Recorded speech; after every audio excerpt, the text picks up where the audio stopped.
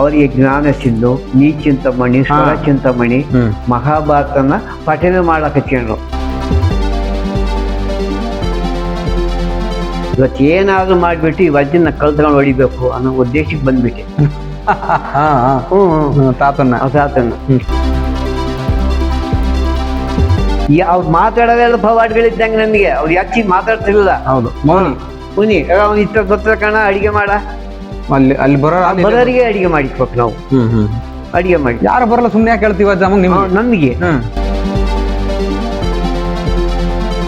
ಮಠದಲ್ಲಿ ಅಡಿಗೆ ಮಾಡಿದ್ರೆ 2 ಸಾದಿಗೆ ಅಕ್ಕಿ ಇಡ್ಬೇಕಂದಲ್ಲ, ಆ ಬೆಂಕಿ ಕೈಯಾಗ ಹಂಗೆ ತಗೊಂಡು ಇನ್ನೊಂದು ಒಲಿಗೆ ಹಾಕೋರು, ಪಕ್ಕದೊಲಿಗೆ. ಪಕ್ಕದೊಲಿಗೆ.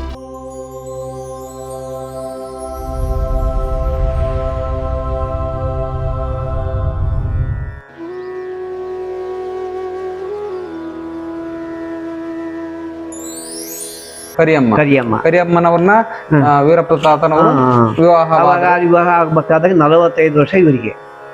ಸರಿ, ಒಂದ್ ಸ್ವಲ್ಪ ಲೇಟ್ ಆಗಿ ಮದುವೆ ಆಗಿದೆ. ಯಾಕಂದ್ರೆ ಮದುವೆ ಆಗಬಾರ್ದು ಅಂತೇಳಿ ಅವರು ಆ ಮಟ್ಟಕ್ಕೆ ಬೆಳೆದಿದ್ರು. ಅದೇ ಮಕ್ಕಳು ಆವಾಗ ಒಂದು ಹೆಣ್ಣು ಒಂದು ಗಂಡು ಹುಡ್ತಾರ ಅಂತ ಹೇಳಿದ್ರು. ಹಂಗೆ ಶೀಗಮ್ಮ ಅಂತೇಳಿ ಹೆಣ್ಮಗ ಆಯ್ತು.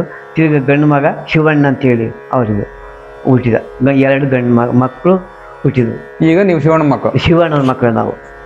ನಾವು ಶಿವಣ್ಣ ಮಕ್ಕಳಿಗೆ ನಾವು ವೀರಭದ್ರಪ್ಪ, ರಾಮಚಂದ್ರಪ್ಪ ಅಂತೇಳಿ 3 ಹೆಣ್ಣು ಮಕ್ಕಳು. ನಿಮ್ಮಣ್ಣ ರಾಮಚಂದ್ರಪ್ಪ. ರಾಮಚಂದ್ರಪ್ಪ ಅಂತೇಳಿ 3 ಹೆಣ್ಣು ಮಕ್ಕಳು. ಅವರು ಕಾನಮ್ಮ, ದೇವಿರಮ್ಮ, ಶಂಕರಮ್ಮ ಅಂತ ಈಗ ಆದಿ ಇರೋರು ಅವ್ರು ವಂಶ. ನಾವು ವೀರಪ್ಪ ತಾತನ ಮಗನ ಮಕ್ಕಳು, ನಾವು ಮೊಮ್ಮಕ್ಕಳು ನಾವು. ಈಗ ನೀವ್ ಹೇಳಿದ್ರಿ ನೀನು ಹೋಗ್ಬಿಟ್ಟು ನಿಮ್ಮೂರಲ್ಲಿ ನೀನು ಒಂದು ಮಠ ಕಟ್ಟಿ ನೀನ್ ಇರುವಂತ ಗುರುಗಳು ಹೇಳಿದ್ರು, ನಾನು ಮತ್ತೊಂದು ಜನ್ಮದಲ್ಲಿ ಹುಟ್ಟುತ್ತೀನಿ ಅಂತ. ಅದನ್ನೇನಾದ್ರೂ ವೀರಪ್ಪ ತಾತರಿಗೆ ನಾನು ಇಂಥ ತಾತರನ್ನ ಹುಟ್ಟಿನಿ, ಹಿಂಗೆ ಹುಟ್ಟಿನಿ ಅಂತ ಏನ ಹೇಳಿದ್ರ ಏನೋ ಅಂತ? ಇಲ್ಲ, ಅದು ಹೇಳಿಲ್ಲ. ವೀರಪ್ಪ ತಾತರಿಗೆ ಈ ಲಿಂಗಪ್ಪ ತಾತ ಇನ್ನೊಂದು ಜನ್ಮ ಇದೆ ಅಂತ ಹೇಳಿದ ಅಷ್ಟೇ. ನಾನು ಎಲ್ಲಿ ಹುಟ್ತೀನಿ ಅನ್ನೋದು ಹೇಳಿಲ್ಲ. ಹೌದು, ಆ ವಿಷಯ ಯಾರಿಂದ ಬಂತು, ವೀರಪ್ಪ ತಾತನಿಂದ ನನ್ನ ವಿಷಯ ಕೇಳುವಾಗ ನಾವ್ ಹೇಳಿದ್ವಿ ತಾತರು. ಅದಕ್ಕೆ ಲಿಂಗಪ್ಪ ತಾತ ಎಲ್ಲಿ ಹುಟ್ಟಿದಾರ ಅನ್ನೋದು ಗೊತ್ತಿಲ್ಲ. ಒಂದು ಅಭಯ ಕೊಟ್ರು, ನಾನು ಇರ್ತೀನಿ ನಿನ್ ಜೊತೆ ಯಾವಾಗಲೂ. ಅದಕ್ಕೆ ಇವತ್ತು ನೋಡ್ಬೇಕಾಗಿದ್ದಾಗ ಆ ಜಮೀನು ಮಾರ್ಕೊಂಡ್ರು. ಅವ್ರು ಹೇಳಿದ್ರು ಹಿಂದೆ ಈ ಜಮೀನ ಮಾರ್ತಾರೆ. ಹೌದೌದು, ಗುರುವಾಕ್ಯ ಅದು ಇವತ್ತು ಜಮೀನ್ ಬೇರೆಯವ್ರಿಗೆ ಮಾರಿದ್ದಾರೆ. ಹೌದಾ? ಅವ್ರ ಸಮಾಧಿ ಅದು ನೀನ್ ಕೇಳ್ತೀವಲ್ಲಪ್ಪ, ಆ ಜಮೀನ್ ಮಾರ್ಕೊಂಡಿದ್ದು ನಾವು ಕುಂತಿರೋ ಸ್ಥಳ ಎಲ್ಲ ಅವ್ರು ಮಾರ್ಕೊಂತಾರೆ, ಅದು ನೀನ್ ನೋಡ್ತೀಯ, ನಾನ್ ಬಿಟ್ಟು ಹೋಗ್ತೀನಿ ಅಂತ ಹೇಳಿದ್ರು. ಆಗ ಆ ಬಂದ ಮೇಲೆ ಅವ್ರಿಗೆ ಅಭಯ ಕೊಟ್ಟು ಇಲ್ಲೊಂದು ಮಠ ಮಾಡು, ಮದುವೆ ಆಗು, ಸಂಸಾರಸ್ಥನಾಗು, ಅದರಲ್ಲೇ ಸಾಧನೆ ಮಾಡು. ಸರಿ, ಅದೆಲ್ಲ ಮಾಡಿದ್ರು. ಇವರು ಯಾವ ತರ ಯೋಗ ಸಾಧನೆಯನ್ನು ಮಾಡಿದ್ರು? ಯೋಗ ಸಾಧನೆ ಈಗಲೂ ಸಮೇತ ಇಲ್ಲಿ ಬಂದ ಮೇಲೆ ಅವರು ಒಂದು ಗವಿ ಮಾಡ್ಕೊಂಡಿದ್ದಾರೆ ಇಲ್ಲಿ ಧ್ಯಾನಕ್ಕೆ ಯಾವಾಗ್ಲೂ ಅವ್ರಿಗೆ ಆಸನ ಹಾಕೊಂಡು ಧ್ಯಾನದಲ್ಲೇ ಇರೋದು. ಇಲ್ಲಿ ಈ ಕಡೆಗೆ ಇಷ್ಟೊಂದು ಆಡಂಬರ ಕಾಮ್ತಿರೋದು. ಅವಾಗ ಚಿಕ್ಕ ಜಾಗ. ಒಬ್ಬ ಮನುಷ್ಯ ಎಷ್ಟಿದಾವ ಅಷ್ಟೇ ಜಾಗ ಮಾಡ್ಕೊಂಡಿದ್ದಾನೆ. ಅಂದ್ರೆ ಹೊರಗಿನ ಪ್ರಪಂಚದ ಏನು ಗಾಳಿ ಅಲ್ಲಿ ಗಾಳಿನೇ ಬರಲ್ಲ. ಆಗ ಏಕದಾಗ ಏಕಾಂತವಾಗಿ ಹೋಗ್ತಾ ಇರುತ್ತೆ ಅಂತ. ಆಗ ಜ್ಞಾನ ಅನ್ನೋದು ಎಲ್ಲಿ ಮುಟ್ಟುತ್ತೆ, ಅವ್ರು ಏನ್ ಗುರು ಹೇಳಿದ್ನೋ ಆ ಪ್ರಕಾರವಾಗಿ ಅದು ಸಾಧಿಸ್ಕೊಂಡು ಹೋಗ್ತಿರೋದು ಗುರು ಧ್ಯಾನ. ಅದಕ್ಕೆ ಎಲ್ಲಿ ಆ ಕಡೆ ಮಠ ಇದ್ರು ಫಸ್ಟಿಗೆ, ಅದ್ರ ಒಳಗೆ ಮಾಡ್ಕೊಂಡಿರೋದು.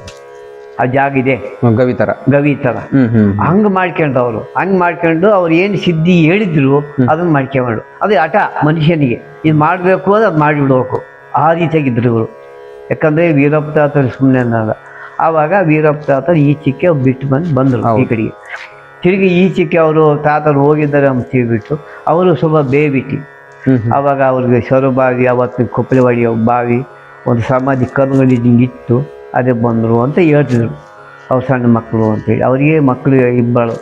ಸರಿ, ಈಗ ತಾತನವ್ರು ಏನ್ ಮಾಡಿದ್ರು, ಅಜ್ಞಾನಿ ಆಗಿದ್ರು ಕೂಡ, ಅಂದ್ರೆ ಅಕ್ಷರ ಜ್ಞಾನ ಇಲ್ದಿದ್ರು ಕೂಡ ಸುಜ್ಞಾನವಂತರಾಗಿ ಅವಧೂತರಾದ್ರು. ಮತ್ತೆ ಅವರು ಯಾವ ರೀತಿ ಇಲ್ಲಿ ಬರ್ತಕ್ಕಂಥ ಭಕ್ತರಿಗೆ ಕಷ್ಟ ಕಾರ್ಪಣ್ಯಗಳನ್ನ ತೀರಿಸ್ತಿದ್ರು. ಅವಾಗ ನೋಡಿ ಇನ್ನೊಂದು ಬಿಟ್ವಿ ಅದೊಂದು ವಿಷಯ ಹೇಳ್ರಿ. ಅವ ತಾತರು ಅವತ್ತಿನ ಕಾಲದಲ್ಲಿ ಇದಕ್ಕೆ ಹೋಗ್ಬೇಕಾ, ಅವಾಗ ಅವರಿಬ್ಬರು ಸ್ಟಾರ್ಟ್ ಆಗ್ಬೇಕಂದ್ರೆ ಉಪದೇಶ ಆದ್ಮೇಲೆ ಅವರಿಗೆ ಜ್ಞಾನ ಸಿಂಧು, ನೀ ಚಿಂತಾಮಣಿ, ಸ್ವರ ಚಿಂತಾಮಣಿ, ಮಹಾಭಾರತನ ಪಠನೆ ಮಾಡಕತ್ಕೊಂಡ್ರು.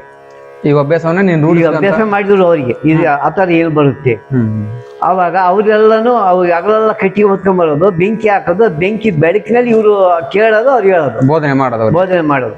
ಯಾಕಂದ್ರೆ ಅಭ್ಯಾಸ ಆಗ್ಬೇಕಲ್ಲ, ಎಲ್ಲಾದ್ರಿಂದನೂ ಅಭ್ಯಾಸ ಆಗ್ತಿರುತ್ತೆ. ಈ ತನ್ನೊಳಗೆ ಏನಿರುತ್ತೆ, ತನ್ನೊಳಗೆ ಭೀಮ ಯಾರು, ವಾಯುಪುತ್ರ, ಹಂಗೆ ಅವ್ರಿಗೂ ಒಂದು ಹೇಳುತ್ತಿರೋದು. ಹೌದೌದು. ಅವು ಹಂಗೆ ಹೇಳ್ಕೊಂಡು ದೇಹವೇ ದೇಗುಲ, ಈ ಶರೀರನೇ ಒಂದು ದೇಗುಲ ಅಂತ. ನಿನ್ನೊಳಗಿದೆ ಅವ್ರು ಏನ್ ಹೇಳ್ತಿದ್ರು, ನಿನ್ನೊಳಗೆ ನೋಡ್ಕೊಂಡು ಸ್ವಲ್ಪ ನೀನು ಶ್ರಮವನ್ನು ಪಟ್ಟಾಗ ನಿನ್ನಲ್ಲೇ ಇರುತ್ತಪ್ಪ. ಈಗ ಹಾಲು ಕಾಯ್ತಕ್ಕ ಬೆಣ್ಣೆ ಆಗುತ್ತೆ, ನೋಡಕ್ ಮಾತ್ರ ಅಲ್ಲ, ಅದ್ರಲ್ಲಿ ಬಹಳ ಇದಾವೆ, ಹಾಲು ಮೊಸರು, ಬೆಣ್ಣೆ, ಹಂಗೆ ನಿನ್ನಲ್ಲಿ ಭಗವಂತ ಶಕ್ತಿ ಇದೆ, ನೀನ್ ಮಾಡುವ ಅಂತ ಹೇಳಿ ಕೊನೆಯ ಎಲ್ಲರಿಗೂ ಅವ್ರಿಗೆ ಹೇಳಿ ನಿನ್ ಮುಂದೆ ನೀನೆಲ್ಲ ಹೇಳಿದ್ದೀನಿ ನೋಡು. ಈಗ ನೀನು ಎಲ್ಲ ನೋಡಿದ್ಯಾ, ಸುಮ್ಕ ಕೊನೆ ಆ ಗುರು ಸೇವೆ ನಾವು ಮಾಡ್ಕೊಂಡು ಹೋದಾಗ ಕೊನೆ ಹೆಂಗ್ ಗೊತ್ತಿದ್ವು, ನಿನ್ನ ಸೇವೆ ನಾನು ಮಾಡಿದೆ, ನನ್ನ ಸೇವೆ ನೀನು ಮಾಡಿದೆ, ನಿನಗೂ ಭಕ್ತರಾಗ್ತಾರೆ ಮುಂದೆ ಆಗ್ತಾರೆ ಅಂತೇಳಿ ಅಲ್ಲಿಗೆ ಒಂದು ಹಂತವಾಗಿ ಬಂದು ಈ ಕಡೆಗೆ ಎಲ್ಲ ಪವಾಡಗಳು ಈ ಚಿಕ್ಕ ಬಂದು ಎಲ್ಲಿಗೆ ಮಠ ಕಟ್ಟಕ್ಕೆ ಬಂದು 1958 ಅದು. ಯಾಕಂದ್ರೆ ಅವ್ರು ದಾಖಲೆ ಶಿಷ್ಯರಿಗೆ ಕೊಟ್ಟಿರೋ ಜಾಗ ಇದ್ದಿದ್ದು, ಒಂದು ಪುಸ್ತಕ ಇದ್ದಿತ್ತು, ಅದನ್ನ ನಾವು ನೋಡಿದ್ವಿ ನಾವು ಅವಾಗ. ಅವಾಗ ಎಲ್ಲ ಒಂದು ವಿಧವಾಗಿ ನೀವು ಏನು ಇವತ್ತು ನೋಡಿ, ಇವಾಗ ನಾವು ನೋಡ್ಬೇಕಂದ್ರೆ ಅಂಥವ್ರು ಯಾರು ಇಲ್ಲಿ ಈಗ. ನಿನ್ ಕಷ್ಟ ಏನೇನು ಇರ್ಲಿ ಹೇಳೋ, ನೀನ್ ಅಲ್ಲಿರೋದನ್ನೇ ಇಲ್ಲಿ ವಿಷಯ ಹೇಳ್ಬಿಡೋರು ಗುರುಗಳು. ನಿನ್ ಮಂತ್ಯಂದಲ್ಲಿ ಏನೋ ತಪ್ಪಿದ್ಯಪ್ಪ ಅನ್ಸಬಿತ್ತು, ಹಿಂಗ ಆಗೈತೆ, ಈ ಮಕ್ಳು ನಾವು ಉದ್ದೇಶಕ್ಕೆ ಬಂದಿಕಣ ಆತು ಹೋಗು, ಇಂಥ ಅನೇಕ ಬಿಡು, ಚೆನ್ನಾಗ ಬಿಡು, ಅವನಲ್ಲಿ ಕೆಟ್ಟದ್ದೇನಾದ್ರು ಒಂದು ಹೇಳೋನು. ಅವಾಗ ಕೇಳಿದಾಗ ಏನ್ ಮಾಡೋನು, ಇಲ್ಲ ಅದ್ ಬಿಡ್ತಿ, ಅದ್ ಬಿಡ, ಯಾವ್ದು ಐತಿ ನಿನ್ನ ಹತ್ರ ಅದ್ ಬಿಡು, ಆ ಮೋಹ ಬಿಡು, ಪಕ್ಕದ ಮನೆಗೆ ಹೋಗ್ತಿಯಲ್ಲ ಅದ್ ಬಿಡು, ಹೊಲದಾಗ ಬೀಜ ಬೆಳಿತೈತೆ ಅದ್ ಬಿಡು ಒಂದೇ ಸಾರಿ. ನೀತಿ ನಿಯಮ ಧರ್ಮದಿಂದ ನಡ್ಕೋ, ನೋಡು ಕೂಡ ಪರಿಹಾರ. ಅದಿಲ್ದಿದ್ರು ಸಹ ಇಲ್ಲೇ ವಿಷಯನೇ ಹೇಳ್ಬಿಡೋರು. ಅದಕ್ಕೆ ಮತ್ತೆ ಅವ್ರನ್ನ ಆ ಜ್ಞಾನಿ ಅನ್ನೋದಕ್ಕೆ ನಮಗೆ ಇವತ್ತು ಯೋಚನೆ ಮಾಡ್ತೀವಿ. ಹೌದೌದು, ಯಾಕಂದ್ರೆ ನಾವು ಮೊಮ್ಮಕ್ಕಳಾಗಿದ್ದ ಸಮೇತ ನಾವು ಹೇಳ್ತೀವಿ ಸುಳ್ಳುವಾಗ ಅಂತ. ಯಾಕಂದ್ರೆ ಆ ಜ್ಞಾನಿ ಸಾಧನೆ ಗುರುಕರ್ಣೆ. ಗುರುಕರ್ಣೆ. ಆ ನಂತರ ಬಂದು ಮಠ ಸುಮಾರು ನೇಮಕ ಆಯ್ತು. ಮಠ ನೇಮಕ ಆದಾಗ ಆಗ ಎಲ್ಲಾ ಕಡೆ ಜನ ಇದೇ ಕಷ್ಟ ಸುಖಕ್ಕೆ ಬರೋದು. ನೀವು ಅವಾಗ ಚಿಕ್ಕವರು, ನೀವು ನೋಡಿ ಊರೊಳಗಿದ್ದೀವಿ ನಾವು, ಹೆಚ್ಚು ಕಮ್ಮಿ 7ನೇ ಕ್ಲಾಸ್ ಓದಿದ್ದು. ಆ ವಯಸ್ಸು ಅಂದ್ರೆ ನಮ್ಮ 7ನೇ ಕ್ಲಾಸ್ ಯಾವಾಗಾದ್ರೂ ಸರಿ ತಾತರ ಹತ್ರ ನಮಗೆ ಬೆಳಿಗ್ಗೆ ಸ್ಕೂಲ್ ಇಡೋರು, ಬೆಳಿಗ್ಗೆ ಸ್ಕೂಲ್, ಆಮೇಲೆ ಮಧ್ಯಾಹ್ನ ಒಂದ್ಸರಿ ಬಾಳ್ ತೆಗೋರು, ಸ್ಕೂಲ್ ಬಾಗ್ಲಿಲ್ಲೇ ಊಟ ಆದ್ಮೇಲೆ ಒಂದ್ಸರಿ ಅವು ಬೆಳಿಗ್ಗೆ ಮಧ್ಯಾಹ್ನ ಮಠ ಅಂತಿದ್ವಿ ನಾವು. ಆ ಸಂದರ್ಭಕ್ಕೆ ಅಂದ್ರೆ ನಾವು ಒಂದು 6-15 ದಿವಸ ಸ್ವಲ್ಪ ಚೀಟಿ ಜಾಸ್ತಿ ಇತ್ತು ನನಗೆ. ಎಲ್ಲ ಮಕ್ಕಳು ಸಹಜ ಮಾಡ್ತಾರೆ. ವೀರಪ್ಪ ತಾತರು ಅನ್ನೋದಕ್ಕೆ ನನಗೆ ಏನಿಲ್ಲ, ವೈದ್ಯ ಇದ್ದಂಗೆ ನಾನು ಅಜ್ಜ ಬಾಲ್ಯದಲ್ಲಿ ನನಗೆ ನಮ್ಮ ತಾತ. ಯಾಕಂದ್ರೆ ನಾನು ಬರೀ ತೀಟಿಗೆ ಜಾಸ್ತಿ. ಅದ್ಯಾತ ನಂಗೆ ಗಿಡ ಹಾಕಿದ ಅವ್ನ ಗಿಡ ಅವ್ನ ಕಾಯಿ ಕೇಳೋದು ಅದು ತರಿಕೊಂಬಂದ್ಬಿಡ ತಾತಿಂದ. ಹಿಂಗೆ ಬಹಳ ಅಷ್ಟು ಒಯ್ದಿವ. ಒಂದೇ ಒಂದ್ ದಿವಸ ಲಾಸ್ಟಿಗೆ ಮೋಸಂಬಿ ಹಣ್ಣು ಕಿತ್ತಿದ್ದೆ, ಮೋಸಂಬಿ ಹಣ್ಣು ಕಿತ್ತದಕ್ಕೆ ತರಿಕೊಂಬಂದ್ಬಿಟ್ಟಿದ್ದ. ಆ ತರಿಕೊಂಡಾಗ 15 ದಿವಸ ಆದ್ರೂ ಊರಾಗ ಬರ್ತಿರ್ಲಿಲ್ಲ ನಾನು. ಆವಾಗ ಅದೇ ಊರೊಳಗಿರ್ತಿದ್ದೆ. ಆಮೇಲೆ ತಿರುಗಿ ಬಂದಾಗ ಇವತ್ತು ಏನಾದ್ರು ಮಾಡ್ಬಿಟ್ಟು ಈ ವಜ್ಜನ್ನ ಕಲ್ತ್ಕೊಂಡು ಹೊಡಿಬೇಕು ಅನ್ನೋ ಉದ್ದೇಶಕ್ಕೆ ಬಂದ್ಬಿಟ್ಟೆ. ತಾತನ್ನ ನನ್ಗೆ ಬಿಡಲ್ಲ ಮೊಮ್ಮಗನಿಗೆ ಅನ್ನೋದು ನಿಮ್ಗೆ. ನನಗೆ ಅದೇನು ಏನ್ ದೇವರಪ್ಪನ ಆಸ್ತಿ ಹೋಗ್ತಿದೆ ಅನ್ನೋ ಮಟ್ಟಕ್ಕೆ ನನಗೆ ಹೋಗ್ತದೆ. ಪ್ರಕೃತಿ ಎಲ್ಲ ಚೆನ್ನಾಗಿರ್ಬೇಕು ಅನ್ನೋದು ಚೆನ್ನಾಗಿರ್ಬೇಕು. ಅವಾಗ ಏನ್ ಮಾಡ್ತೀಯ, ಕಲ್ ತಗೊಂಡಿಗೆ ಇಟ್ಟು ಮಧ್ಯಾಹ್ನ ಶನಿವಾರ ಉಮ್ಮತ್ತಿ ಬಿಡ್ತಾರಲ್ಲ ಬಂದು ಮೋಸಂಬಿ ಹಣ್ಣು ಇತ್ತು ಕೆಡಬೇಕು ಅಮ್ಮಂಗೆ, ಈ ವಜ್ಜಿನ ಇವತ್ತು ಸರಿಯಾಗಿ ಕಲ್ಲ ಹೊಡಿಬೇಕಂತೇಳಿ ಕಲ್ ತಗೊಂಡು ಬಂದ್ಬಿಟ್ಟೆ. ಕಲ್ ತಗೊಂಡು ಹೊಡಿಸಿದ್ದಂಗೆ ಅದು ಹತ್ರಕ್ಕೆ ಸ್ವಲ್ಪ ನೋಡ್ಸಿದ್ದೆ. ಅವ್ರ ತಾತ ಅವ್ರಿಗೆ ಕಲ್ ತಗೊಂಡು ಹೊಡಿಸಿದ ಗೊತ್ತು ಅವರಿಗೆ. ಕಲ್ ತಗೊಂಡು ಹೊಡಿದ ಅವಾಗ ಇವ್ರೇ ಮಾಡ್ಬಿಟ್ಟು ಬಾಳೆಹಣ್ಣು ತೋರಿಸಿದ್ರು. ಬಾ ಕೊಡ್ತೀನಿ. ಬಾಳೆಹಣ್ಣು ತೋರಿಸಿದಂಗೆ ಆ ಕಲ್ಲು ಅದು ಹೋಗಿ ಬಿಟ್ಟೆ. ಇದು ನನ್ನ ಅನುಭವ. ಇದು ನೋಡ್ರಿ ಹಾಗೆ ಅದೇ ಹೇಳದ ಅನುಭವ, ನಮ್ಮ ಅನುಭವ. ಅದು ಅವಾಗ ಹಣ್ಣಿಗೋಸ್ಕರ ಬತ್ತಿರು, ಹಣ್ಣಿಗೋಸ್ಕರ ತಾತನ ಕಲ್ಲ ಕುಡಿಬೇಕು ಅಂದ್ರೆ ಅದೇ ಹಣ್ಣು ಕೊಟ್ರು. ಅದೇ ಹಣ್ಣು ಕೈ ತೋರಿಸಿದಂಗನೆ ಸೀದಾ ಬಂದೆ ಕುತ್ಕ. ಕುಡಿ ಕೇಳು ಬಾಳೆಹಣ್ಣು ತಿನ್ನು, ಈಗೆಲ್ಲ ಚೆನ್ನಾಗಿರ್ಬೇಕಪ್ಪ ನೀನು ಅಂತೇಳ್ಬಿಟ್ಟು ಭಾಳ ಮುದ್ದಿದ್ದ ಸಾಕೆಂಟು. ಅವಾಗಿನ ಒಳಕ್ ಹೋಗ್ಬಿಟ್ಟು ಕಡ್ಲೆಕಾಯಿ ಯಾವ್ದೋ ಕೊಟ್ಟವು, ಮಂಡ್ಯಕ್ಕಿದ್ದವು ಕೊಟ್ಟು ತಿನ್ನು ಅಂತ ತಿನ್ಸ್ಕೊಂಡ ಕುಂತ್ಕೊಂಡ ಬಾಳ ತಿನ್ಸ್ಕೊಂಡು ಅದೇನಾದ್ರು ನಮಿಗೂ ಅವ್ರಿಗೂ ಬಾಂಧವ್ಯ ಬೇಡದಂಗ ಚೆನ್ನಾಗಿ ಒಳ್ಳೇದ್ ನಮ್ ತಾತರು ಯಾವಾಗ ಸ್ಕೂಲ್ ಬಿಡ್ತಿದ್ದಂಗೆ ಸೀದಾ ಯಾವ್ದೋ ಕೊಡ್ತಾನೆ ಅನ್ನೋ ಮೇಲೆ ದ್ವೇಷ ಇದ್ದದ್ದು ಪ್ರೀತಿ ಆಯ್ತು ತಿರುಗಿ. ಅವಧೂತರು ಅದಕ್ಕೆ ಇವತ್ತು ನನಗೆ ಏನಾಗುತ್ತದೆ, ನಮ್ಮ ಮಕ್ಕಳು ಏನಾದ್ರು ತಪ್ಪು ಮಾಡಿದ್ರೆ ಅತಿ ಜಾಗ್ರತೆ ಬಗ್ಗೆ ದೂರ ತಳ್ಳಬಾರ್ದು ಅನಿಸುತ್ತೆ. ಹೌದೌದು ಮುಂದಿನ ಭವಿಷ್ಯ ಹೆಂಗಿರುತ್ತೋ ಹೌದೌದು. ಕೆಟ್ಟನು ಅಂತೇಳಿ ಇವತ್ತು, ಯಾಕಂದ್ರೆ ನನ್ನ ತಾತನ ಅನುಭವದಿಂದ ನಾನು ಈಗ ಪ್ರೀತಿಯಿಂದಲೇ ನಮ್ಮ ಮೇಲೆ ಅವ್ರು ದ್ವೇಷ ಮಾಡಿದ್ರು ಕೂಡ ನಾವು ಅವನ ಪ್ರೀತಿಯಿಂದ ತಗೋಬೇಕು. ಮಗನು ಮನೆ ತಂದಲ್ಲಿ ಒಬ್ಬ ಮಗ ಯಾರು ಎದುರಾಗದನಪ್ಪ ಅಂದ್ರೆ ಯೋಚನೆ ಮಾಡೋದು ನಾವು. ಹೌದೌದು. ಹಂಗ ಅನ್ಸುತ್ತೆ. ಈಗ ನಮ್ಮ ಮಕ್ಳಿಗೆ ಈಗಲೂ ನಮ್ಮ ಮನೆ ತಂದಲ್ಲಿ ನಾನು ಹಂಗೆ ತಾತನಿಂದ ಅದೊಂದು ಪಾಠ ಕಲ್ತ್ರಿ. ಪಾಠ ಕಲ್ತ್ಕೊಂಡಿ ನಾನು. ಅವಾಗ ನಮ್ದೇನಿತ್ತು, ದಿವಸ ಯಾರೋ ಭಕ್ತರು ಬರೋರು, ಕಷ್ಟ ಸುಖದ ಮಕ್ಕಳಾಗ್ದಿದ್ದವರು, ಮಕ್ಕಳಿಗೂ ಆಗಲ್ಲಪ್ಪ ಅಂದ್ರೆ ಏನಾದ್ರು ಪರಿಹಾರ ಸಿಗೋದು. ಇಂಥ ಕೊಡಿ ಹಿಂಗ ಆಗುತ್ತೆ ಹೋಗಪ್ಪ, ಕಣ್ಣಾರ ಕಂಡಿದ್ರು. ಕಂಡರು. ಈಗ ಜಲಶಿಲ್ಪಿ ಅದು ಬಂದ್ರೆ ಜಲ ಬಾವಿ ತೆಗೆಸ್ಬೇಕು ಅಂದಾಗ ಅವಾಗ ಅವರು ಒಂದು ಕಸುಬಿತ್ತು ಅವರಲ್ಲಿ. ವೀಳ್ಯ ತರೋರು, ವೀಳ್ಯದೆಲೆ ಶಾಸ್ತ್ರ ತರ. ಕೆಲವಾರು ಟೈಮ್ನಾಗ ವೀಳ್ಯದೆಲೆ ಶಾಸ್ತ್ರದಾಗನೇ ಹೇಳೋದು, ಇಲ್ಲ ಇಂಥ ಜಾಗದಲ್ಲೇ ನೀರ್ ಬೀಳುತ್ತೆ ನೋಡ್ರಿ, ಹೋಗಪ್ಪ ಎಕ್ಕಿಗಡೆ ಇಕ್ಕಿದೆಯಲ್ಲ ಅಂತದಾಗ ಐತೆ ನೋಡೋದು. ಇಲ್ಲೇನೆ ಮನೆತನದ್ದೆಲ್ಲ ಹೇಳ್ಬಿಡೋರು. ಅಂದ್ರೆ ಬರ್ತಕ್ಕಂತ ಅದು ಎಷ್ಟು ಗಂಟೆಗೆ 7:30 8 9 ಗಂಟೆ ಒಳಗೆ ಅದು ಆ ಕಣ್ಣು ಸೋಪಿಗೆ ಅದು ಕಾಣ್ತಿರೋದನ್ನ ಅವರಿಗೆ ಹೇಳೋರು. ಅವ್ರು ಅದಾಗಿ ಇರೋದೆಲ್ಲ ಸಮೇತ. ಅಂದ್ರೆ ಅವರು ಇಲ್ಲಿ ಬರ್ತಕ್ಕಂಥ ಭಕ್ತಾದಿಗಳನ್ನ ವೀಳ್ಯದೆಲೆ ಮುಖಾಂತರ ಎಲ್ಲರ ಕಷ್ಟಗಳನ್ನು ಪರಿಹರಿಸಿಕೊಂಡು ಎಲ್ಲರನ್ನ ಪರಿತಾ ಇವತ್ತು ನಾವು ಬೇತೂರಾಗೆ ಕೆಲವು ಎಷ್ಟೋ ಜನ ಚಂದ್ರಣ್ಣ ಅಂತ ಇತ್ತು, ಅದು ನೌಕರಿ ಆಗಿದ್ರೆ ಆತಗೆ ಮೂಗನಾಗೆ ಆತ ಒಂದು ಸ್ವಲ್ಪ ದುರ್ಮಾಂಸ ಬೆಳೆದಿತ್ತು. ಅವ್ರು ಔಷಧಿ ಹಾಕಿಬಿಟ್ಟು ಅವಾಗ ಗುರುಸಿದ್ದಪ್ಪನೇ ಬರ್ತಾನ ಜೀವನ ಈ ಚಂದ ಹುಡುಗನ ಓದ್ಸ ಒಂದು ಸ್ವಲ್ಪ ದೊಡ್ಡ ಕೆಲಸಕ್ಕೆ ಹೋಗ್ತಾನೆ ಅಂತ ಅವ್ರು ಹೇಳೋರಂತೆ. ಇವತ್ತು ಅದೇ ಮಟ್ಟಕ್ಕೆ ಅವ್ರು ಬೆಳೆದಾರೆ. ಅಂದ್ರೆ ಭಕ್ತರಿಗೆಲ್ಲ ಕರುಣೆ ತೋರಿಸಿರು. ಇವು ಎಲ್ಲರೂ ಅವ್ರ ಮಂದಾಗ ಜಮೀನು ಬೆಳೆಯಲ್ಲ ಅಂದಾಗ ಏನೋ ಮಾಡಿರ್ತಾರೆ ಅನ್ನೋದಕ್ಕೆ ತಾತರು ಹೇಳ್ದಂಗೆ ಅವ್ರು ಮಾಡೋರು. ಆವಾಗ ಹೋಗಪ್ಪ ಗಂಗಾ ದೇವತೆನ ಮಾಡೋಗೋ, ಆ ಜಮೀನು ಆ ನೀರು ಕೊಪ್ಪರೆ ಹೊಡಿತೀಯಲ್ಲ, ಆ ಕೊಪ್ಪರೆ ಫಸ್ಟಿಗೆ ಮಾಡು, ಆ ಕೊಪ್ಪರೆ ನೀರ ಗಂಗಾ ದೇವತೆ ಮೇಲೆ ಹೋದಾಗ ಆ ನೀರು ಪಾವನ ಆಗುತ್ತೆ, ಬೆಳೆ ಆಗುತ್ತೆ ಹೋಗೋ ಅಂತಂದ್ರೆ ಬೆಳೆ ಆಗಿಬಿಡ್ಬೇಕು. ಒಟ್ಟು ಅವರು ಬಾಯಿನಲ್ಲಿ ಏನು ನುಡಿತಿತ್ತು ಆಗ್ತಾ ಇತ್ತು. ಅದು ಈಚೆಗಂಗೆ ನಾವು ಬರ್ತಾ ಈ ರೀತಿ ಎಲ್ಲ ಮಾಡ್ಕೊಂಡು ಜನರು ಜಾಸ್ತಿ ಆಗ್ತಾ ಬಂತು. ಪವಾಡ್ಗಳು ಜಾಸ್ತಿ ಆದವು. ಈಗ ಪವಾಡ್ಗಳದೇ ಅವ್ರು ಮಾತಾಡೋದೆಲ್ಲ ಪವಾಡ್ಗಳಿದ್ದಂಗೆ ನಮಗೆ. ಅವ್ರು ಯಾಕೆ ಮಾತಾಡ್ತಿರ್ಲಿಲ್ಲ. ಮುನಿ ಅವ್ನು ಇತ್ತ ಗೊತ್ತ ಕಣ ಅಡಿಗೆ ಮಾಡ, ಅಲ್ಲಿ ಬರೋರಿಗೆ ಅಡಿಗೆ ಮಾಡಿಕ್ಬೇಕು ನಾವು. ಅಡಿಗೆ ಮಾಡಿ ಯಾರು ಬರಲ್ಲ, ಸುಮ್ಮನೆ ಕೇಳ್ತೀವ ನಮಗೆ ಅಂತ ಹೇಳೋರು. ಅವಾಗ ನಮ್ಮ ತಾತವರು ನಾನು ಈ ಕಡೆ ಮನೆಗಿದ್ದಾಗ ಕೂಗರು, ನನ್ನ ಅದು ಮಡ್ದಾಗಿದ್ದಾಗ ಇರ್ಭದ್ರ ಅಂತ ಹೇಳಿ ಕೂಗರು. ಅವಾಗ ಕೂಗಿದ್ರು, ನೋಡ ಇವ್ರು ಯಾರ ಬಂದಿದ್ದಾರೆ, ಊಟಕ್ಕೆ ಕೊಡಪ್ಪ. ಅವಾಗ ಎಷ್ಟು ಕೊಡ್ಬೇಕಂತ ಹೇಳ್ಬೇಕು. ಅವರು 5 ಲೋಟ ಕೊಡುವ ಅವ್ರಿಗೆ ಎಕ್ಕಿನ. ಅವಾಗ ಎದ್ದು ಕುಂತ್ಕೊಂಡು 5 ಲೋಟ ಕೊಟ್ಟೆ. ಹಾಗೂ ಅದರ ಒಳಗೆ ಒಬ್ಬ ವ್ಯಕ್ತಿ ಇವ್ನು ತೊಂಡೆ ನೋಡಪ್ಪ 5 ಲೋಟ ನನಗೆ 5 ಅಡಿಗೆ ದೊಣ್ಣೆನಿಗೂ ಹೊಟ್ಟೆನಿಗೆ ಸಾಲ ಬರುತ್ತೆ, ಇವನ್ನ ಎಲ್ಲ ಮುದುಕನ ಊರಕ್ಕೆ ಹೋಗೋಣ, ಕೆಟಮ್ನ ಒಳಕ್ಕೆ ಹೋದ ಯಾವ್ದು ದಿಕ್ಕ ನಮ್ಮ ಬಂದು ಇವನು ಯಾವ ಇಲ್ಲಿ ಕರ್ಕೊ ಬಂದ ಅಂತ ಮಾತಾಡೋರು. ಅದು ನಾವು ಕೇಳಿದ್ವಿ. ಮಾತಾಡಿದಾಗ ಅಡಿಗೆ ಮಾಡಿದ್ರು. ಏನಾದ್ರು ಗುರುಗಳು ಹೇಳಿದಾರೆ ಮಾಡಿಡಬೇಕಪ್ಪ ಅನ್ನಂಗೆ ಒಬ್ರು ಅಡಿಗೆ ಮಾಡಿ ಇದ್ರಾಗ ಅನ್ನದ ಗೊಜ್ಜಿನ ಮಾಡಿ ಇಕ್ಕಿದಾಗ ಆ ಅನ್ನದ ಈ ತೊಂಡೆನು ಅವನಿಗೆ ಹೇಳಿದ, ಇಕ್ಕ ನೀನಿಡ ವೀರಪ್ತಾತರು ನೀ ಹೇಳಿದ್ರು. ಅವ್ರ ತಲೆಗೆ 5 ಲೋಟ ಎಷ್ಟು ಜನಕ್ಕೆ ಆಗುತ್ತೆ. ಅವನಿಗೆ ಅವಾಗ 9 ಜನ, ಇವನ್ ಬಿಟ್ಟು 9 ಜನ ಕುಂತ್ಕೊಂಡ್ರು. ತಾತಾರು ಹೇಳ್ದಂಗೆ ಅವನಿಗೆ ತೊಂಡೆ ಅಂತಿದ್ದಲ್ಲ, ಅವನಿಗೆ ಹೇಳ್ದ, ನೀನೇ ಇಡು ಇವರೆಲ್ಲರಿಗೆ 9 ಜನಕ್ಕೆ ಊಟಕ್ಕೆ ಅಂತ. ಅವಾಗ 9 ಜನಕ್ಕೆ ಊಟಕ್ಕೆ ಅವನಿಗೆ ಇಡ್ಬೇಕು. ಒಳಗೆ ಏನಾಗತ್ತೆ ಇವರೆಲ್ಲರಿಗೆ ಸುರು ಗೊತ್ತು, ನನಗಿಲ್ಲ. 9 ಜನಕ್ಕೂ ಆಗಲ್ಲ, ಇದ್ರೆ 4-5 ಜನಕ್ಕೆ ಆಗುತ್ತೆ ಅಂತ ಅವನಿಗೆ. ಅವಾಗ ಎಲ್ಲರಿಗೆ ಒಟ್ಟುಂಬಿಕ್ಕ ಅಂತ ಹೇಳ್ತಾರೆ. ಕುಂತ್ಕೊಂಡು ಎಲ್ಲಿ ಆ ಜಾಗ ಐತಲ್ಲ ಆ ಜಾಗ ಕುಂತ್ಕೊಂಡು ಹೇಳ್ತಾರೆ, ಈಗ ಒಟ್ಟುಂಬಿಕ್ಕ ಊಟ ಮಾಡಿದ. ಅವಾಗ ಇನ್ನೆಷ್ಟು ಐತಾ ಅಂದ, ಇನ್ನು ಒಂದಿಬ್ಬರು ಉಣ್ಬೋದು ಅಂದ. ನೀನ್ ಉಣ್ಣದೆ ಅಂದ.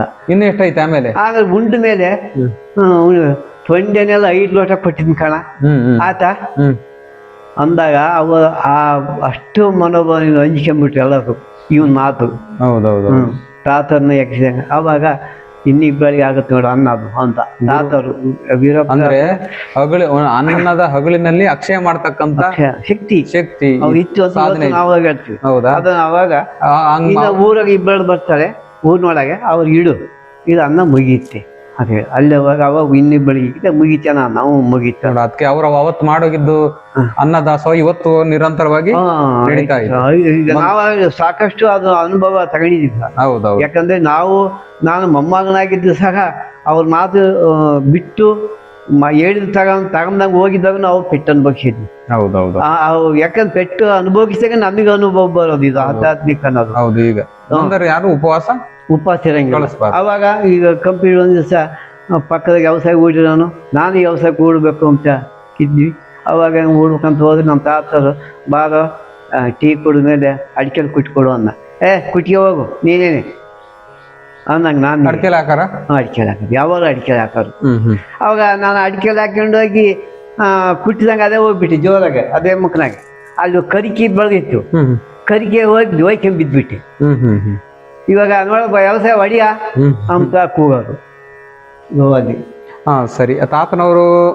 ನೀವು ತಾತನವರು ಇದ್ರಲ್ಲ, ಆ ಟೈಮ್ನಲ್ಲಿ ನಿಮ್ ತಾತನವರು ನಿಮ್ದು ಬಹಳ ಒಡನಾಟ ಚೆನ್ನಾಗಿ ಆ ಘಟನೆ ಆದ್ಮೇಲೆ, ಬಾಳೆಹಣ್ಣಿನ ಘಟನೆ ಆದ್ಮೇಲೆ ಚೆನ್ನಾಗಿ.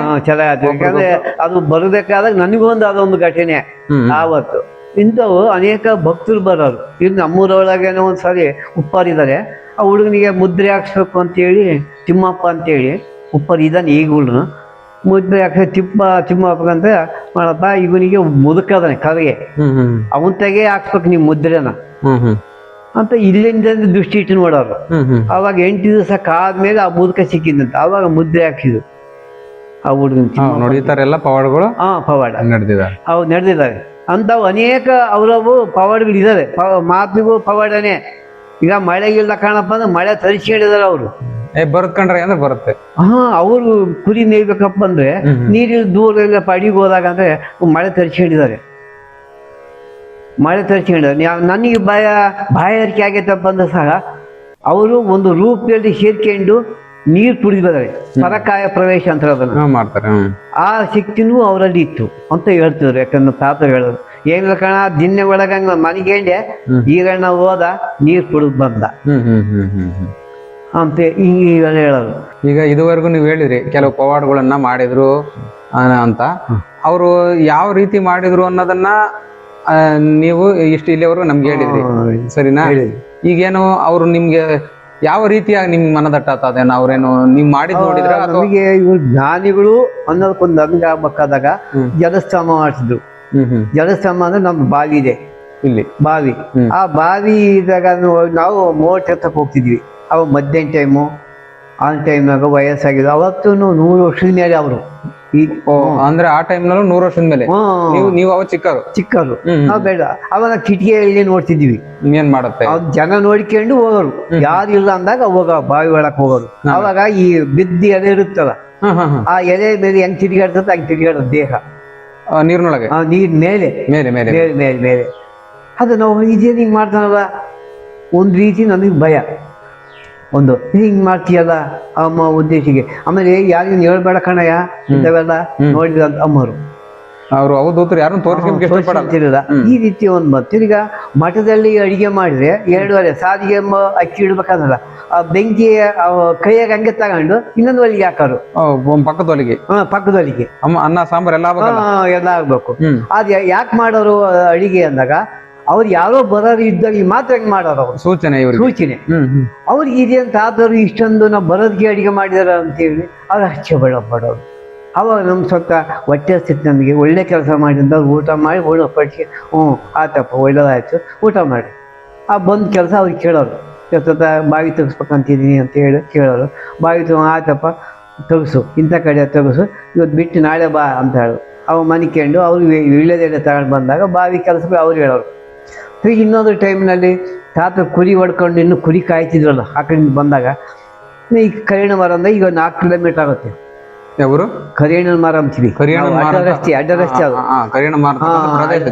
ಅದು ನಮ್ಮ ಕರಿಯಣ್ಣ ಮರ ಅಂತ ಹೇಳ್ತಾರೆ. ಅಷ್ಟಾಗಿ ಹೇಳಿದ್ದ. ಆ ಮನುಷ್ಯನು ಮಳೆ ತರಿಸಿ ಹೋಗ್ಕೊಳ್ಳೋದು ಹೆಂಗ್ ತರಿಸ್ಕೊಂತಿದ್ದೆ ಅಂತ ನಾವು ಕೇಳ್ತಿದ್ವಿ. ನಾವು ಕೇಳ್ತಿದ್ವಿ ಮಳೆ ತರಿಸ್ಕೊಂಬಿಟ್ಟಿದ್ವಿ ಹೆಂಗೆ. ಮತ್ತೆ ಗುರು ಸೇವೆ ಮಾಡಿದ್ರೆ ಅದೇ ತರಿಸ್ಕೊಂಡಿ ನಾನು. ನಂದಲ್ಲಪ್ಪ ಗುರುವಿಂದು ಹೆಂಗೆ ಕುರಿ ಮೇದ್ಬಿಟ್ಟಿದ್ವು, ನೀರಿಗೆ ತಾರಾಡವು. ಆ ಸಂದರ್ಭಕ್ಕೆ ನಾನೇ ಮಾಡಿ ಮರದಡೆ ಕುತ್ಕೊಂಡೆ ಗುರುವಿನ ಧ್ಯಾನ ಮಾಡಿದೆ. ಸುಂಚಾಗ ಕೂದಲ ನೀರು ಹಂಗ ಮಾಡ್ಯ ಬಂದ್ಬಿಡ್ತು. ಅವಾಗ ನೀರು ಅದಕ್ಕೆ ಅವಾಗ ನನಗೆ ಈ ತರ ದಾರಿ ಒಂದೊಂದು ಅನುಭವ ನಿಮ್ಗೆ ನಿಮ್ ಚಿಕ್ಕ ಮಕ್ಳಾಗಿದ್ರ ನಿಮ್ಗೆ ಹೇಳಿದ್ದನ್ನೆಲ್ಲ. ಈ ಕಥೆ ಹೇಳೋದು ನನಗೆ ಈ ಚಿಕ್ಕ ಮಗಳು ಹೌದೇನು ಹಂಗ್ ಮಾಡ್ತಿದ್ದೇನು ಅದು ಸತ್ಯ ಸತ್ಯ ನನಗೆ ಸತ್ಯ ಅಂತಿದ್ದೇವು. ಹಾ ಸರಿ, ಅವೆಲ್ಲ ಮಾಡ್ತಿದ್ರು. ನೀವ್ ಚಿಕ್ಕರಲ್ಲಿ ನೋಡ್ತಿದ್ರಲ್ಲ, ಕೆಲವು ಯೋಗ ಸಾಧನೆಗಳು, ಕೆಲವು ಏನಾದ್ರು ಧ್ಯಾನಗಳು. ಅವ್ರು ಧ್ಯಾನ ಜಾಸ್ತಿ ಅಂದ್ರೆ ಯಾವತ್ತೂ ಆ ಗವಿ ಒಳಗೆ ಹೋಗಿ ನೈಟು ಅವಾಗ ಅದು ಹೋಗಿ ಪದ್ಮಾಸನ ಮಾಮೂಲು ಹಾಕೊಂಡು ಅದು ಧ್ಯಾನ ಮಾಡೋದು. ಅದು ಏನ್ ಮಾಡ್ತದೆ ಧ್ಯಾನ ಅಂದ್ರೆ ಗುರಿನ ಧ್ಯಾನ ಅವ್ರು ಮಾಡೋದು, ಒಟ್ಟು ಧ್ಯಾನ ಮಾಡೋದು ಜಾಸ್ತಿ. ಅವಾಗ ಅಲ್ಲೇ ಅವ್ರು ಕಾಯಕ ಬಿಟ್ರು, ಕುರಿ ಜವಾಬ್ದಾರಿ ಮಗನಿಗೆ ಬಿಟ್ರು, ಅವ್ರ ಮಗನಿಗೆ ಶಿವನಿಗೆ. ಆವಾಗ ಇವ್ರು ಯಾವತ್ತೂ ಬರ ಪರಸಡಿಕ್ರಿ ಜನ ನೋಡ್ಕೊಳ್ಳೋದು, ಜನಗಳ ಕಷ್ಟ ಸುಖದಾಗಿ ಹೇಳ್ಕೊಳ್ಳೋದು, ಅವರು ಇಂಥವೆಲ್ಲ ಸಮಾಜಮುಖಿ ಕೆಲಸಗಳು, ಸಮಾಜಕ್ಕೆ ಮಾಡೋದು, ಭಕ್ತರಿಗಾಗಿ ಮಾಡೋದು. ಇವು ತಾತರು ನಾವು ನೋಡಿದವು. ಇವು ಇಷ್ಟು ಸಹ ಇನ್ನ ಮಸ್ತಾಗಿದ್ದಾವೆ. ಅದೆಲ್ಲ ಮಾಡಿದ್ರು ಪವಾಡ. ಅವ್ರು ಇದ್ದಂಕಲೇ ಅವ್ರ ಭಕ್ತರು ಅವ್ರು ಇರೋದ್ ಕಡೆ ಭಕ್ತರು ಬಂದು ಭಜನೆ ಮಾಡೋದು, ನಿದ್ದೆ ಮಾಡೋದು, ಇಲ್ಲೇ ಇರೋರು. ನಿದ್ದೆ ಮಾಡಿದಾಗ ಏನಾಗತ್ತೆ ಅಂದ್ರೆ ಅವ್ರಿಗೆ ಏನಾದ್ರು ಗುರು ದಾರಿ ತೋರ್ಸ, ಬೆಳಿಗ್ಗೆ ಇಂಥ ಕೆಲಸ ಆಗಲ್ಲಪ್ಪ ಅಂದಾಗ ಆಗುತ್ತೆ ಹೋಗೀಗ ಅಂತ ಹೇಳೋದು. ಯಾವಾಗಲೂ ಕೂಡ ಭಕ್ತರ ಸಂಘದಲ್ಲೇ ಇರ್ತಿದ್ರು. ಅಂತ ಭಕ್ತರು ಇರ್ಬೇಕು, ಬರೋರು ಹೋಗೋರು ಕಡಿಮೆ ಆದ್ರು ಬರೋರು. ಅವಾಗ ಏನ್ ಬರೋರಪ್ಪ ಅಂದ್ರೆ ಮಕ್ಕಳು ಆಗ್ಲಿಲ್ಲ,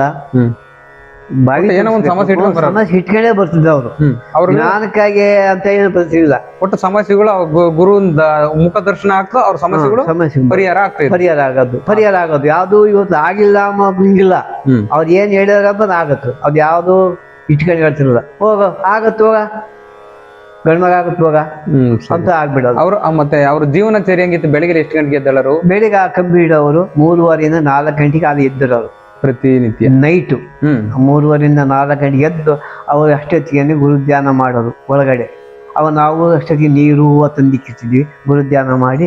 ಅವಾಗ ನಮ್ಗೇನಾದ್ರು ಮಳೆ ಬರಂಗಿದ್ರೆ ಮಳೆ ಬರುತ್ತೆ, ಆ ರಾಶಿನ ದುಂಡು ಮಾಡೋ ಹೊಲದಾಗಿ ಜಮೀನು ಒಳಗೆ ಇದ್ದಾಗ ಇಂಥವು ಯಾವನ್ನ ಇದ್ರೆ ಹೇಳೋದು. ನಾವು ಸಹ ಆವಾಗ ಅವ್ರಿಗೆ ಹೇಳಿದ ಪ್ರಕಾರ ನಾವು ಮಾಡ್ತಿದ್ವಿ ವ್ಯವಸಾಯ. ಆವಾಗ ಆದರೂ ನಮಗೆ ಸುಖವಾಗಿದ್ದೀವಿ ನಾವು. ಇನ್ನು ನಮ್ಮ ಭಕ್ತರು ಬೇಕಾಷ್ಟಿದ್ದಾರೆ ಊರೊಳಗೆ. ಕೆಲವರು ಇಂಥವೆಲ್ಲ ಅನುಭವ ಹೇಳ್ತಿದ್ರು ಅವರಿಗೆ. ಇವತ್ತಿದ್ದಾರೆ ಮಕ್ಕಳಿಲ್ಲಪ್ಪ ಅಂದ್ರೆ ಆಗ್ತಾ ಹೋಗು ಅಂತ ಹೇಳೋದು. ಇವತ್ತೂ ನಮ್ಮ ಊರೊಳಗೆ ಉಪ್ಪರ್ ಭೀಮಣ್ಣ ಅಂತೇಳಿ ದೊಡ್ಡ ಕುಟುಂಬದ ಅವತ್ತು ಬಡ್ತಾನ. ಆ ಸಂದರ್ಭದಲ್ಲಿ ಅವರು ಕುರಿ ಮೇಕೆ ಹಾಕೊಂಡು ಇದಕ್ಕೆ ಹೋಗೋರಂತೆ ಬಡ್ತಾನ ಜೀವನದಾಗ.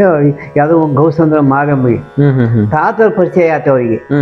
ಯಾರಿಗೆ? ವೀರಪ್ಪ ತಾತನಿಗೆ. ನಮ್ಮ ಈಗ ಎಲ್ಲಿಂದ ಭೀಮಣ್ಣವ್ರಿಗೆ ವೀರಪ್ಪನವ್ರ ಪರಿಚಯ ಆಯ್ತು. ಪರಿಚಯ ಆಯ್ತು. ಪರಿಚಯ ಆದ್ಮೇಲೆ ವೀರಣ್ಣಗೂ ವೀರಪ್ಪ ತಾತ ಪರಿಚಯ ಆಗ್ತಿದ್ದಂಗೆ ಬಂದು, ವೀರಣ್ಣ ತಾತ ಬಾ ಹೋಗೋಣ, ಗೌಸಂದ್ರ ಮಾರಮ್ಮಗೆ 2 ಕುರಿಮರಿ ಕೇಳಿದ್ವಿ, ನೀನು ಬಾ ಜೊತೆಗೆ ಅಂತ ಕರ್ಕೊಂಡು ಹೋದ್ರಂತೆ. ಅವಾಗ ಹೋಗಿ ಭೀಮಣ್ಣಗೆ ಅವತ್ತು ಬಾಯಿ ಬೀಗ ಹಾಕ್ಸೋದು, ಅರಿಕೆ ಮಾಡ್ಕೊಂಡಿದ್ದು ಅವ್ನು ಹುಟ್ಟು ನಡೀತಾವಲ್ಲ ದೇವಸ್ಥಾನದ ಹತ್ರ ಪದ್ಧತಿ. ಅದ್ರ ಪ್ರಕಾರ ಯಾಕ ಭೀಮ ಬಾಯಿ ಬೀಗ ಹಾಕ್ಸಂತೀಯ, ಇದ್ದಂಗೆ ಯಾಕೆ ಹಾಕ್ಸಂತೇಳಿ ಅಮ್ಮದ ಇವ್ರು. ಮತ್ತೆ ತಾತ ಹಿಂಗ್ ನಂಬಿಕೆ ಐತದ, ಏನ್ ಬೇಡ ಹಾಕ್ಸಬೇಡ ಕಣ, ಬಾಯಿ ಬೀಗ ಹಾಕ್ಸ್ಬೇಡ.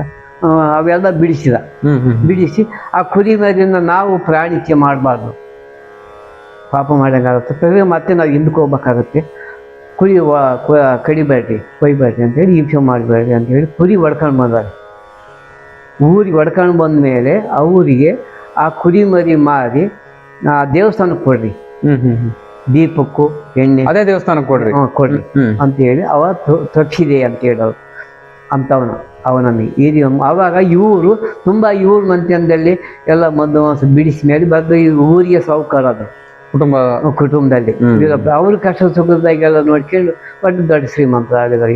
ಇವತ್ತು ಇದ್ದಾರೆ ಅಂತಾರೆಲ್ಲ ಭಕ್ತಾದಿಗಳು ಸೇರ್ಕೊಂಡು ಇವತ್ತೆಲ್ಲ ದೇವಸ್ಥಾನ. ಇವತ್ತು ಈಚೆಗೆ ಅವ್ರಿಗಿಂತ ಈಚೆಗೆಲ್ಲ ಹೊರಗಡೆ ಬಂದರು.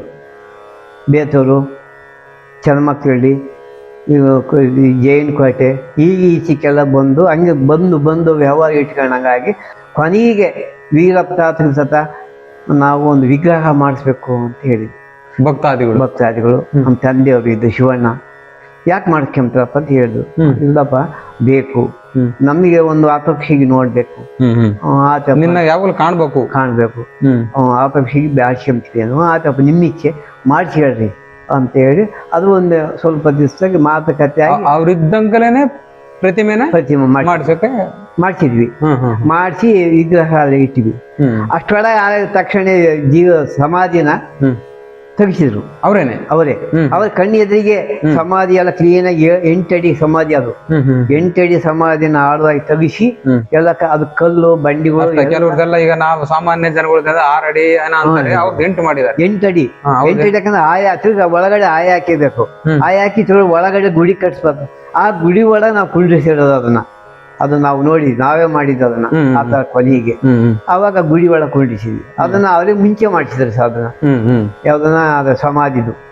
ಅವಾಗ ನಾವೆಲ್ಲರೂ ನಾನು ಅಮ್ಮವ್ರಿಗೆ ಊದ್ನ ಗಳ ಕಟ್ಕೊಂಡು ಎಲ್ಲರೂ ಇಳ್ಕೊಂಡ್ಬಂದ್ರು. ಅವ್ರಿಗೆ ಜಾತಿ ಭೇದ ಭಾವನೆಗಳನ್ನೋದು ಏನಿಲ್ಲ. ಅವಧೂತನಿಗೆ ಯಾವುದೇ ಜಾತಿ ಭೇದ ಆದ ರೀತಿ ಎಲ್ಲ ಮಾಡಿದ್ರು ಸರ್. ಇಳ್ಕೊಂಡ್ಬಂದು ಸಮಾಧಿ ಆದ್ಮೇಲೆ ಒಂದು ಹೆಚ್ಚು ಕಮ್ಮಿ ಒಂದು 10-15 ವರ್ಷ ಏನು ಕೆಲಸ ಕಾರ್ಯಗಳಾಗಲಿಲ್ಲ. ಹೌದೌದು. ಇಲ್ಲಿ ಮತ್ತೆ ಈ ಚಿಕ್ಕೆಲ್ಲ ಹೊಸದಾಗಿ ಸ್ವಲ್ಪ ಅಲ್ಲಿ ಇಲ್ಲಿ ಭಕ್ತರು ಉದ್ಭವ ಆಗಿಬಿಟ್ಟು ಅಂದ್ರೆ ನಾವೇನ್ ಮಾಡಿದಪ್ಪ ಅಂದ್ರೆ ಅವರು ಯಾರು ದುಡ್ಡು ಕೊಡಂಗಿಲ್ಲ. ನಿಂದೊಂದು ಕೆಲಸ ನಂದೊಂದು ಕೆಲಸ ಹಿಂಗೆ ಮಾಡ್ಕೊಂಡು ಅಭಿವೃದ್ಧಿ ಮಾಡೋದು ಅಷ್ಟೇ. ಯಾರಿಗೂ ದುಡ್ಡು ಕೊಡಂಗಿಲ್ಲ, ನಿನಗೆ ದುಡ್ಡು ಕೊಡಂಗಿಲ್ಲ. ಬೋರ್ ಹಾಕೊಡೋದು, ಕೆಲವರು ಊಟದ ಹಾಲು ಕಟ್ಕೊಡೋದು, ಕೆಲವರು ಕಾಂಪೌಂಡ್ ಮಾಡ್ಕೊಡೋದು, ಈ ತರ ಇಷ್ಟೆಲ್ಲ ಆಗಿದೆ. ಇದು ಯಾರಿಗೂ ನಾವು ಜೋಳಿಗೆ ಹಾಕಿ ದುಡ್ಡು ಭಿಕ್ಷೆ ಬೇಡಿಲ್ಲ ಯಾರು. ಎಲ್ಲ ಗುರುಕರ್ಣೆ ಅಂದ್ರೆ ಈಗ ನಾನು ಇಷ್ಟು ಕೊಡ್ತೀನಪ್ಪ, ಅಕ್ಕಡ ಪಕ್ಕದಲ್ಲಿ ಹಾಕ್ಸಪ್ಪ, ನಾನು ಇಷ್ಟೊಂದು ಇಳಿಸ್ತೀನಿ, ಈಗ ಅದ ಬಂಡಿಗಳು ಹಾಕ್ಸಪ್ಪ, ಹಿಂಗೆ ಅವ್ರಿಗೆ ಹೇಳ್ಬೇಕು. ಅದೇ ಗುರು ಅವ್ರಿಗೆ ಮನಸ್ಸು ಕೊಟ್ಟಾಗ ಇಷ್ಟೊಂದೆಲ್ಲ ಬಂದಿವಿ ಸರ್. ಗುರುಗೂ ಹೆಂಗ್ ಮನಸ್ಸು ಕೊಟ್ಟ ಹಂಗೆ ಮಾಡ್ಕೊಂಡ್ ಬಂದಿದ್ದೀವಿ ನಾವು. ಅವತ್ತಿನಿಂದ ಇವತ್ತಿನವರೆಗೂ ಗುರು ನಿರಂತರವಾಗಿ ಈ ಮಠದಲ್ಲಿ ಎಲ್ಲರಿಗೂ ಕೂಡ ಆಶೀರ್ವಾದ ಮಾಡ್ತಾ ನೆಲೆಸಿದ್ದಾರೆ ಸರ್.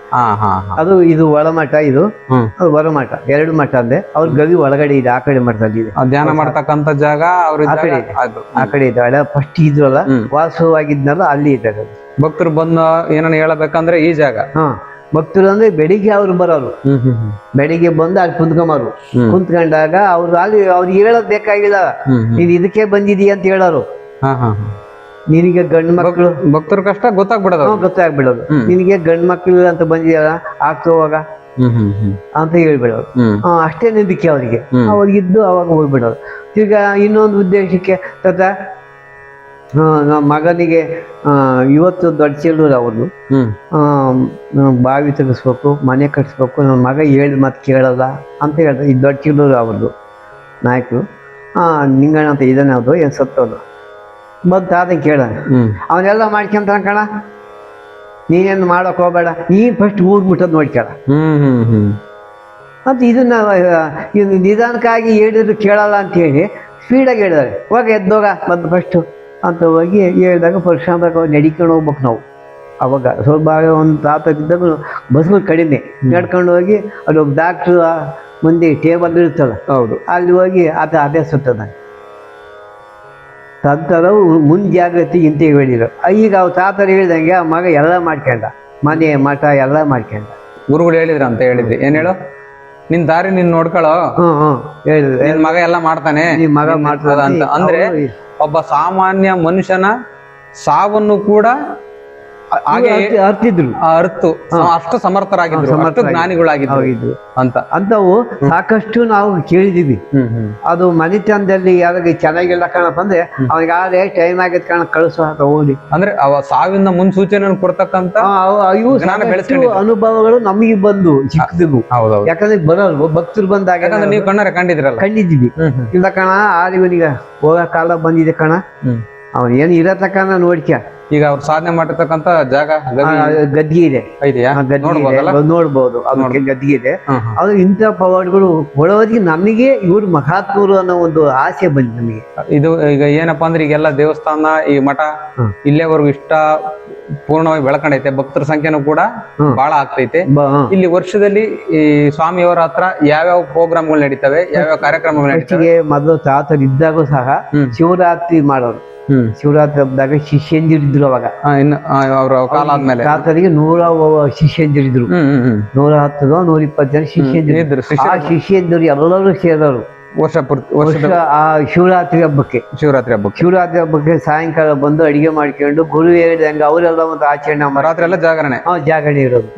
ಅವಾಗ ಗುರು ಅದು ಕಷ್ಟ ಸುಖದ ಬಗ್ಗೆ ಕೇಳ್ಕೊಂಡು ಈ ಒಂದು ದಿವಸ ಬಿಟ್ಟು 3 ದಿವಸ ಹೋಗ್ಬಿಡೋರು ಮನಃಶಾಂತಿ ಅವ್ರಿಗೆ. ಮನಸ್ಸಿಗೆ ಕೇಳ್ಕೊಂಡು ಅವಾಗ ಅವ್ರ ಗುರು ಹೇಳ್ದಂಗೆ ಅವ್ರಿಗೆ ಬರೋದು ಆಗದು ಅಂತೇಳಿ ಬಂದಿತ್ತು. ಅದೊಂದು ಪ್ರೋಗ್ರಾಮ್ ಅದೊಂದು ತಿರ್ಗಾ ರಾಮನವಮಿ ಹಬ್ಬ ಮಾಡ್ತಿದ್ವಿ.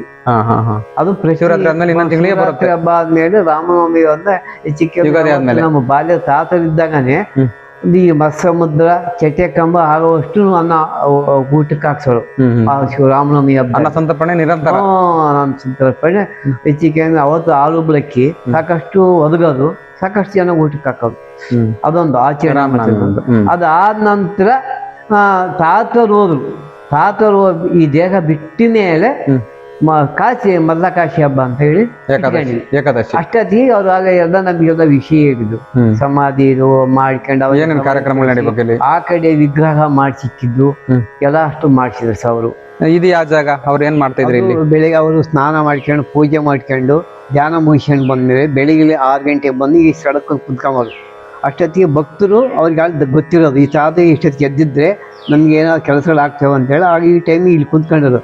ಅಂದ್ರೆ ಭಕ್ತರನ್ನ ಕಷ್ಟನ ಪರಿಹಾರ ಮಾಡ್ತಕ್ಕಂಥ ಈ ಸ್ಥಳ ಜಾಗ ಇದು ಸಿದ್ಧಾಂತವಾಗಿ. ಯಾಕಂದ್ರೆ ನಾವು ನೋಡಿದ್ದು. ಹೌದೌದು. ಈ ಜಡ ಕುಂತ್ಕೊಂಡ್ಬಿಟ್ಟು ಹೇಳಿದನ್ನು ಆಗತ್ತ ಇಲ್ಲ, ಮನೆಗಿದ್ದ ಇದೇ ಸ್ಥಳದಾಗ ಅಂದ್ರೆ ಅಲ್ಲೇ ಹೋಗ್ಬಿಡೋರು, ನಮ್ ಕೆಲಸ ಆಗಲ್ಲ ಅಂತ ಹೇಳಿ. ಅಂದ್ರೆ ಕಷ್ಟ ಪರಿಹಾರ ಮಾಡ್ತಕ್ಕಂಥ ಜಾಗ ಇದು. ಇದು ಯಾವತ್ತೂ ಅವನು ಮುಂದೆ ಆಗೋದಕ್ಕೂ ಹಿಂದೆ ಆಗೋದು ಎಲ್ಲ ವಿಷಯಗಳು. ಈಗ ಧ್ಯಾನ ಮಂದಿರಕ್ಕೆ ಹೋಗೋಣ. ಧ್ಯಾನ ಮಂದಿರಕ್ಕೆ ಈ ಜಾಗ ಯಾವ್ದಿದು? ಇಲ್ಲಿ ಏನ್ ಮಾಡ್ತಿದ್ರು ಗುರುಗಳು ಅನ್ನೋದು? ಅದು ಫಸ್ಟ್ ವಾಸಸ್ಥಳ ಇದ್ವಾಗಿ ಆ ಮಂಚ, ಅದು ಆ ಗದ್ದಿಯ ಮೇಲೆ, ಆ ಗದ್ದಿಯ ಒಳಗಡೆ ಯೋಗಾಭ್ಯಾಸ ಐತೆ. ಈಗ ಬರೋ ಭಕ್ತರಿಗೆ ಅಲ್ಲಿ ಒಂದು ಗದ್ದಿಗೆ ರೂಪ ಇತ್ತು. ಆಗ ಕೆಲವಾರು ದಿನ ವಿಗ್ರಹ ಮಾಡಬೇಕು ಅಂತ ಭಕ್ತರು ಅಪೇಕ್ಷೆ ಪಟ್ರು. ಅವ್ರಿದ್ದಂಗ್ಲೆ ಭಕ್ತರು ಇದ್ದಂಗನೆ ಅವ್ರಿದ್ದಂಗ್ಲೆ ಮಾಡಿಸಿರತಕ್ಕಂಥ ಪ್ರತಿಮೆ ಇದು ಚಿಂತಾಮಣಿ ಎಲ್ಲ ಮಾಡಿಸಿದ್ದು. ಚಿಂತಾಮಣಿ ಅವಾಗ ಮಾಡಿಸಿ ನಿಮ್ಮ ಆಪಕ್ಷಿಗೆ ಅಷ್ಟೇನೆ, ನನಗೇನಿಲ್ಲ, ನಿಮ್ಮ ಆಪಕ್ಷಿ ಮಾಡಿಸಬಹುದು ಅಂತ ಹೇಳಿದ್ರು. ಅವಾಗ ಅವರ ಆಪಕ್ಷಿಗೆ ಅವಾಗ ಭಕ್ತರ ಬಲವಂತಕ್ಕಾಗಿ ಭಕ್ತರ ಬಲವಂತಕ್ಕಾಗಿ ಅದನ್ನ ಮಾಡಿದ್ರು. ಅವರ ಆಪಕ್ಷಿ ಯಾಕಂದ್ರೆ ನಮ್ದು ಅನ್ನೋದು ಇಲ್ಲಿ ಇರಬಾರ್ದು ಅಂತ ಅವಧೂತರಿಗಿರಲ್ಲ, ಇರುತ್ತೆ, ಅದು ನಿಮ್ಮ ಇಚ್ಛೆ ಅಂತ ಹೇಳಿ ಅವಾಗ ವಿಗ್ರಹಕ್ಕೆ ಆರ್ಡರ್ ಕೊಟ್ಟರು. ಸರಿ, ಅದು ಯೋಗ ಮಂದಿರ, ಯೋಗ ಮಾಡ್ತಿರ್ತಕ್ಕಂಥ ಜಾಗ ಅಂತ ತೋರಿಸಿರಿ. ಇದ್ರ ಬಗ್ಗೆ ಸ್ವಲ್ಪ ಹೇಳಿ. ಸಮಾಧಿ ಸ್ಥಳ, ಇದೇ ಸಮಾಧಿ ಸ್ಥಳ, ನಿಜವಾದ ಜಾಗ, ನಿಜವಾದ ಸಮಾಧಿ ಇದು. ಅವರೇ ತೋರಿಸಿದ್ರು ಈ ಸಮಾಧಿನ ಮುಂಚಿತವಾಗಿ. ನೋಡು, ಅವ್ರ ಭಕ್ತರು ಮುಂಚಿತವಾಗಿ ಅವ್ರ ಮೂರ್ತಿ ಮಾಡಿದ್ರೆ ಇವ್ರು ನಮ್ಮ ಸಮಾಧಿ ಇಷ್ಟೇ ದಿನಕ್ಕೆ ನಾನು ಶಿವೈಕ್ಯ ಆಗ್ತೀನಿ. ನಾವು ಕೇಳಿದ್ವಿ ಯಾಕೆ ಈಗ ಸಮಾಧಿ ಮಾಡಿ ಚೆನ್ನಾಗಿರೋದು. ಚೆನ್ನಾಗಿದ್ದಾಗ ಮನುಷ್ಯ ಯಾವಾಗ ಹೋಗಿರೋನು 128 ವರ್ಷ ಆದ್ರೂ ಹೋಗ್ನಿ ಮನೆ ಕಾಣಲ್ಲ, ಯಾರಿಗೂ ಕಾಣ್ತದೆ. ಚೆನ್ನಾಗಿದೆ. ಇಲ್ಲಪ್ಪ ನಂದು ಮನೆ ನಾನು ಮಾಡ್ಕೋಬೇಕು, ಅದು ನಾನಿಗೆ ಧರ್ಮ ಅಂತ ಅವ್ರು ಹೇಳೋರು. ಅವಾಗ ಮುಂಚಿತವಾಗಿ ಸಮಾಧಿನ ತರಿಸ್ಕೊಂಡಿದ್ರು. ಸಮಾಧಿ ತರಿಸಿಬಿಟ್ಟು ಆಗ ಸಮಾಧಿನ ಅವರೇ ರೆಡಿ ಮಾಡಿಸಿ ಅವಕ್ಕೇನು ಬಂಡೆ ಬರಿ ಎಲ್ಲ ರೆಡಿ ಮಾಡ್ಕೊಂಡಿದ್ರು. 128 ವರ್ಷ ಬದುಕಿದ್ರು. 128 1986ರಲ್ಲಿ 86ರಲ್ಲಿ ಸಮಾಧಿ 2:30, 3 ಗಂಟೆ ಸಮಯ ಮಧ್ಯಾಹ್ನ. ಯಾವತ್ತು ಮೊದಲಕಾಶಿ ಭಕ್ತರನ್ನೆಲ್ಲ ಕರೆಸ್ಕೊಂಡು, ಭಕ್ತರು ಕಡಿಮೆ ಇತ್ತು ಸ್ವಲ್ಪ. ಅವ್ರು ಏನಾದ್ರು ಜಾಸ್ತಿ ತೋರಿಸ್ತಿರ್ಲಿಲ್ಲ, ಜನ ನಂಬ್ತಾ ಇರ್ಲಿಲ್ಲ. ಹೋಗ್ತೀನಿ ಅಂದ್ರೆ ಚೆನ್ನಾಗಿದ್ದಾನೆ, ಚೆನ್ನಾಗಿದೀಯಾ, ಹೆಂಗ್ ಹೋಗ್ತಾನೆ ಅಮ್ಮ ರೀತಿಗೆ ಬೆಳೆದ್ಬಿಟ್ಟು ಸಮಾಧಿ ಮುಂಚಿತವಾಗ 4-5 ವರ್ಷ ಮುಂಚೆ ತೆಗಿಸ್ಬಿಟ್ಟ. ಅವಾಗ ಅದು ಹೋಗೋದಕ್ಕಿಂತ ಮುಂಚಿತವಾಗನೆ. ಅದಕ್ಕೆ ಮತ್ತೆ ಅವ್ರನ್ನ ಅಪ್ರತಿಮ ಹಠರಾಜ ಯೋಗಿ ಸಿದ್ಧ ಪುರುಷರೆನಿಸಿ ನಿರಂಜನ ನಿರ್ವಿಕಲ್ಪರಾಗಿದ್ದಾರೆ.